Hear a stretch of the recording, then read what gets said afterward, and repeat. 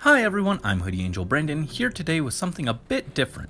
We just wrapped up our first ever big run shift in Splatoon 3, and I wanted to give my thoughts on the event and what I'd like to see change in future versions of it. For background, while I'm not the greatest salmon run player ever, I would say I'm well above average and sink a ton of time into the mode. I've cleared hazard level max on freelance a few times, and at one point cracked over 150 gold eggs in a single shift. Sadly, that wasn't during this event though. Here my best was 144. Still enough for gold in this event, but not quite as high. Maybe next time I'll be able to manage that coveted 150. Anyway, I play freelance, so overfishing is pretty difficult without a team where everyone's on the same page. It also annoyingly caused me to never manage to reach 999 EVP, capping at 860. But again, maybe one day. I've even cleared out the entire selection of slop suits. That's a lot of scales. Anyway, all that is to say that I really enjoy Salmon Run. Usually when I'm not screaming at my teammates, oh my god, just pick up the eggs and put them in the basket. I promise the basket won't bite. It's alright to put eggs in it. Oh my god, no, don't rush off on your own and kill everything the moment it spawns. Now we have to waste time dragging the eggs here. And oh wow, you're still not helping carry eggs and now we've timed out. Wow, thanks. So as a big Salmon Run fan, how did I find our first ever big run?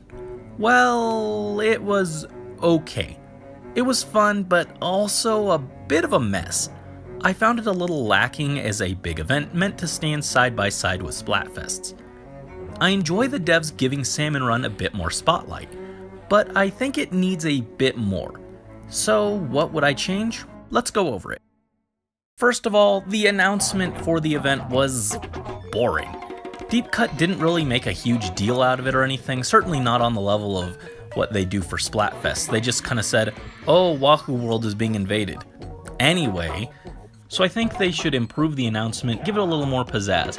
Maybe not full level horror like some of the fan-made trailers were doing, but something a little more exciting. The day of announcement when the event actually started was a little better, with the banter back and forth between the Deep Cut members, but it was still a little bit underwhelming. The atmosphere of the event was cool. I like the updated sky for the plaza and the remixed music, as well as there being some posters and on-screen ads for Grizzco around the plaza. But I think it could go a bit further. I know it would probably be weird to have Deep Cut in their parade floats going around the place like during a Splatfest, but adding a little something extra, like maybe some signs around the plaza and maybe even the main lobby, encouraging people to join Grizzco would help things stand out a little bit more. Because the posters on the walls were a little subtle and easy to miss, and if you don't look up to see some of the announcements on the screens, those could be missed as well.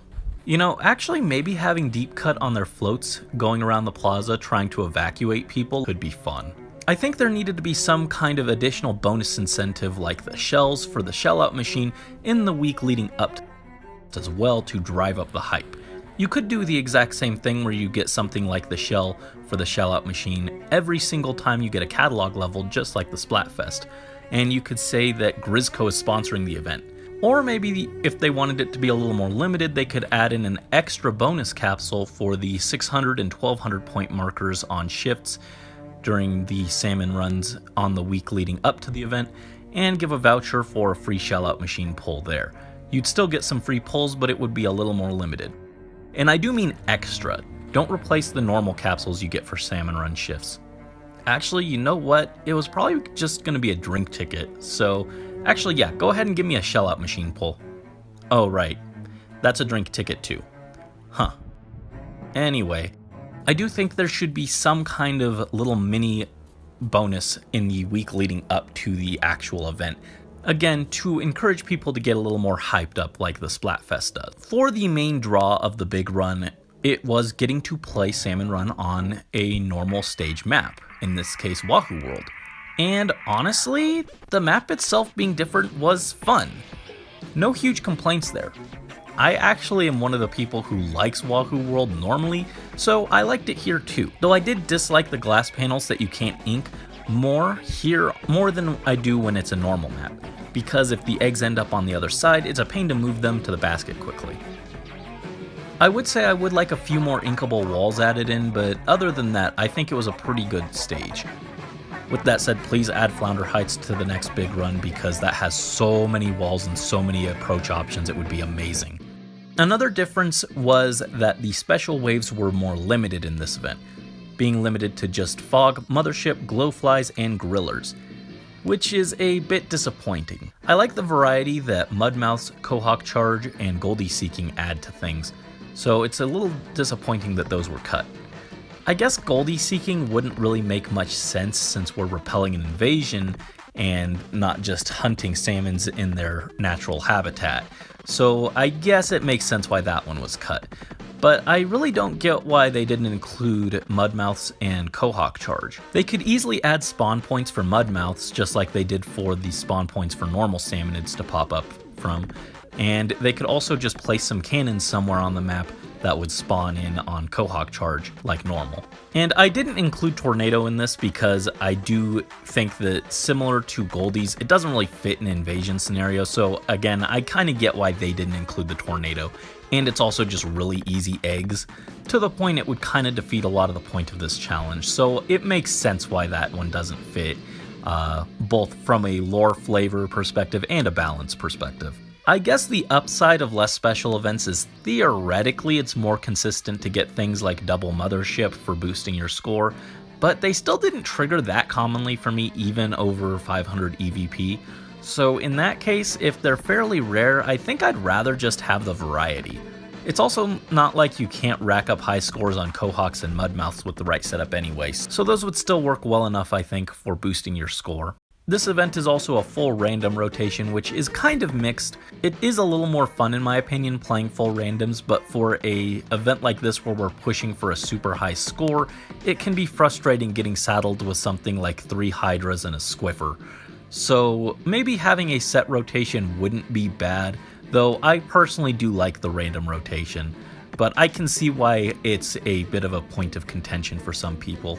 One thing that I do think should be changed in regards to the weapons though, is adding all the currently available Grizzco weapons into the pool. That would make it a lot more exciting. Currently in this shift, we only had access to the Grizzco Blaster. Adding in the Grizzco Brella, Splatana, and Stringer would make things a lot more exciting. Again, this is supposed to be a big event, but it felt very similar to the existing random rotations because there was just one single Grizzco weapon. It's more fun than a normal wave, sure, but it should be more hype than the standard random rotation we get every 3 weeks. Even if we weren't guaranteed a Grizzco weapon every round, it would be fun to have more than just the blaster available.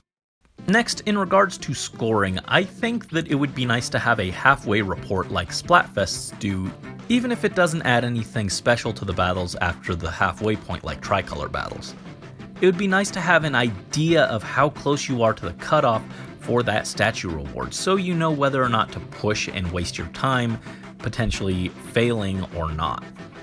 The cutoffs were higher than I saw a lot of people expecting, and a lot of people were probably caught off guard by that, and as a result felt like they wasted their time grinding out a rank that they just didn't end up reaching. I think they could say something like, Grizzco employees are turning the tide to save Wahoo World, or whatever the current stage is. Here's how the rankings look currently. We still need help though, so go down to Grizzco and join the big run.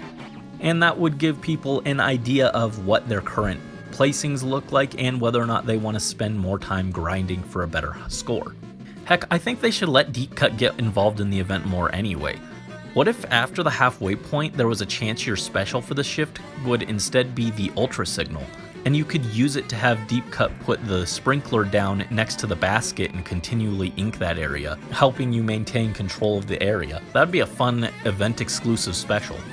And that would also make the event feel a little more special compared to regular salmon run shifts.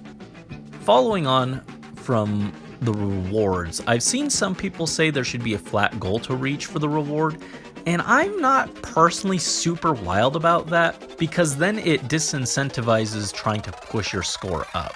I see where people are coming from with it, but I'm not really sure if I like that idea.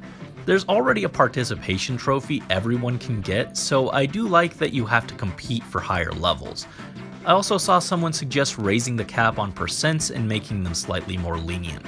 like instead the top 10% get a gold trophy, and the top 50% get silver, and then top 75 get bronze. I think that might be a bit better. It would still be competitive, but it would have a little bit more breathing room if you only had to make the top 10%. I'm not sure there's an answer to this that will satisfy everyone though, because tweaking the goals too much and making them too lenient will make people who take Salmon Run seriously and are actually getting an event that caters to them for once feel a little let down. But on the other hand, as it currently is, if you have it too high, then it really drains the hype from the community for the event. So I'm not sure that there's a perfect solution, but I do think it does need to be changed at least a little bit. Another thing that I saw people expecting, and I was also hoping for, would be that Kohozuna and Scales would be more common and easy to get during this event. And unfortunately, that really wasn't the case. I do think we could do with more Kohozuna triggers. It's an invasion, but the king just shows up as often as he normally does? Lame. Even if he didn't show up every round, having the meter fill like 2 times faster would be nice, and really help players actually see him more often. I was really hoping that he would show up more frequently during this event so that people could get Scales more reliably. And related to that, I think they need to double the gold and silver scale drops during the big run. The rates for Scales are really abysmal, and even if they were doubled, the rates would still be pretty pitiful. So what's the harm with it? Let's just ignore the fact that I had one where I got 2 gold and 3 silver. That's just my luck archon privileges. Trust me, the scale rates are actually really bad. So the event doesn't really give you more scales reliably, so the fact that it also doesn't have snails as a reward makes it pretty sad. I wanted the locker decoration personally, but that's not a huge incentive for everyone. And also a real quick nitpick about the locker decoration, that thing is massive. I get Kohozuna is big, but like, did it need to take up 1/3 of a fully upgraded locker? I feel it's a little too big. It's cool, but like, I'd like to be able to fit other stuff in the locker too. Also, it's weird you only get the one you qualify for. If you wanted specifically, say, the silver version, but you scored too high, you're stuck with just the gold one. I feel like you should get all the versions that you qualified for. After all, you can have multiple rank trophies. That's also another reason being able to check the scores partway through would be helpful.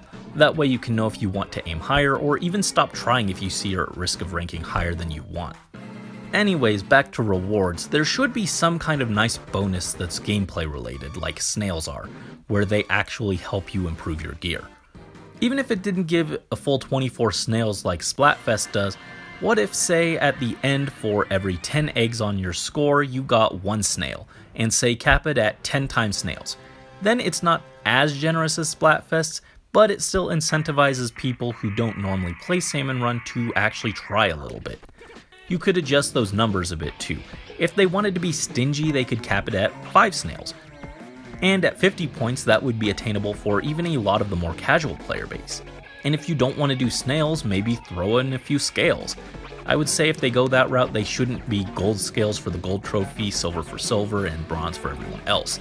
I'd say everyone should get at least 1 gold and some silvers. And then maybe increase by rank from there, capping at maybe 10 silvers and 5 golds for the top rank. I don't know, just some random numbers. Basically, everyone should get some golds and silvers if they go that route.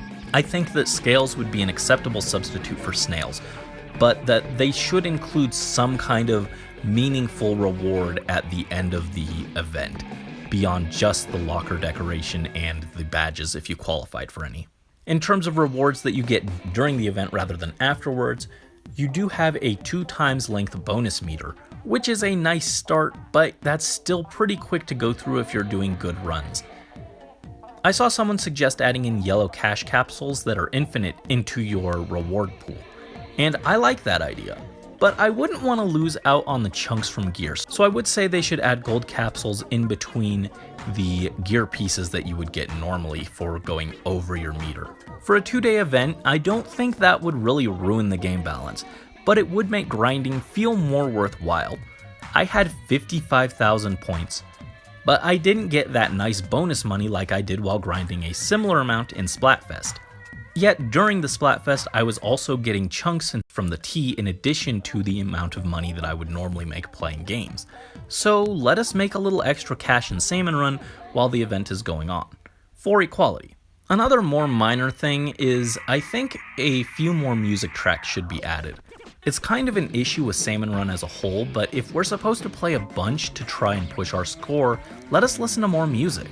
Hearing Omega 3's rendition of some normal tracks was cool, so let them do some more. I've mused about the final event for the game being a hybrid 3-part event, with the first third being Splatfest, the second third being the tricolor half of the Splatfest, but then before the fest can finish they announced that the Salmonids are invading and we have to stop them in a big run, which would make up the last third of that event. That would be really cool, and then we could have Omega 3 versions of deep cut songs. Imagine their rendition of Anarchy Rainbow, Till Death Do Us Part, and Fins in the Air. That would be really cool. And that would also be a cool way to tie in my Sprinkler of Doom idea. That's just a random thought I had, so kind of off topic a bit. But overall, it was fun, but didn't feel as much like an event as the trailers and original direct made it out to be. It just kind of felt like another Grizzco random weekend, but with a temporary stage and a trophy that made me a bit more conscious of how many eggs I was collecting. But I normally push for as many eggs as possible anyway, so that didn't factor in that much for me personally. I would also imagine a lot of overfishers similarly would just push their egg scores up as high as possible in a rotation anyway, so it doesn't really do much for them either. Maybe it does help incentivize a few of the more casual players, but I'd imagine a lot of them are probably turned off now due to seeing how high the requirements were to reach gold and silver ranks. So it might actually have the opposite effect and drive more people away from Salmon Run, so I think it does need to be changed at least a little bit. I hope they balance things a little better and add things to make the overall experience a little more exciting and touch up just a few of these issues. I think the event is almost there. It's just missing a little something here and there that overall makes the event not as fun as it could or should be. I think with some of these changes, they could make Big Run big fun. Yeah, okay, I'll shut up. Anyway, these are just my thoughts. What did you think of Big Run? Let me know your thoughts in the comments down below, and as always, thank you so much for watching. Until next time, this is Hoodie Angel Brandon, signing out.